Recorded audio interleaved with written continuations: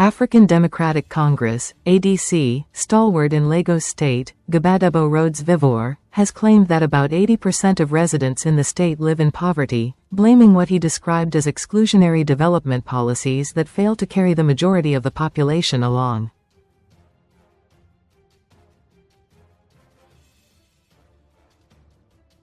Rhodes-Vivour made the assertion during an interview on Arise news channel while reacting to the recent demolition of buildings at Jakande Estate by the Lagos state government.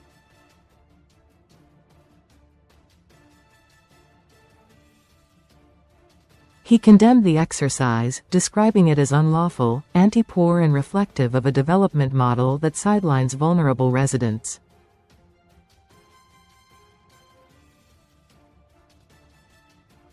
According to the former Labour Party governorship candidate in the 2023 election, his comments were based on his personal experience at the demolition site, where he alleged that officials of a state task force acted with violence and disregard for due process.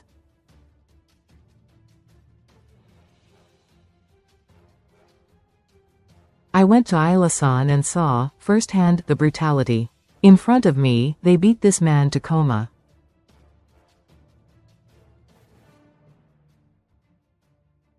In front of me, the so-called task force of Lagos State threatened to beat me and started beating people next to me mercilessly, he said.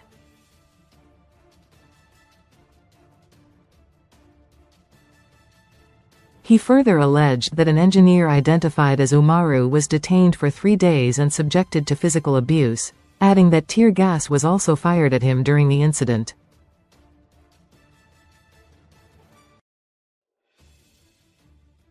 This is the violence that has come to define this government.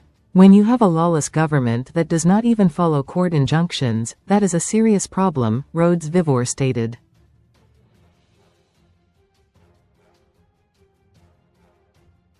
While acknowledging the state government's pledge to compensate affected residents, he dismissed the proposed sum as grossly inadequate.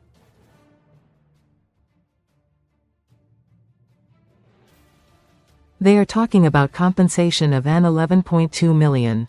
An 11.2 million cannot afford a 2 or 3 bedroom apartment in that area today, he said.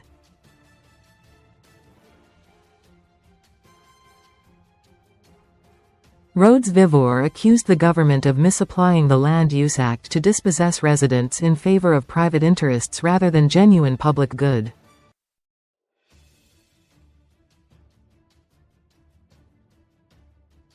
Section 28 of the Land Use Act allows land acquisition for overriding public interest, but what we are seeing is land being taken for private individuals who will only build more expensive housing, he argued.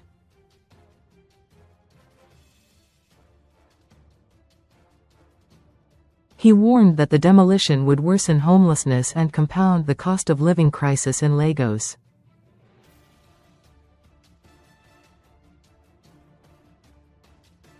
You now have a huge number of homeless young men walking the streets without shelter.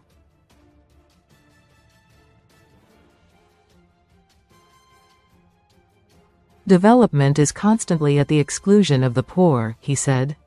Rhodes-Vivour noted that many residents of Jakande Estate had lived in the area for more than 2 decades and possessed valid title documents.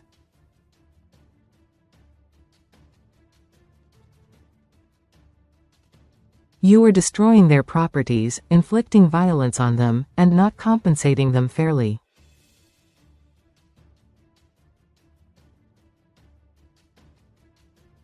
Where are they going to go to? He asked. He stressed that he was not opposed to development but insisted it must be humane, fair and inclusive.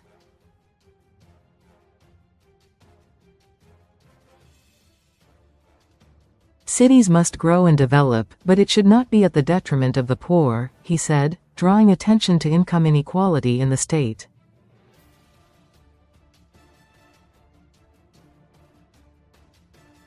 To afford an 11.2 million in rent, you need to be earning almost an 2 million a month.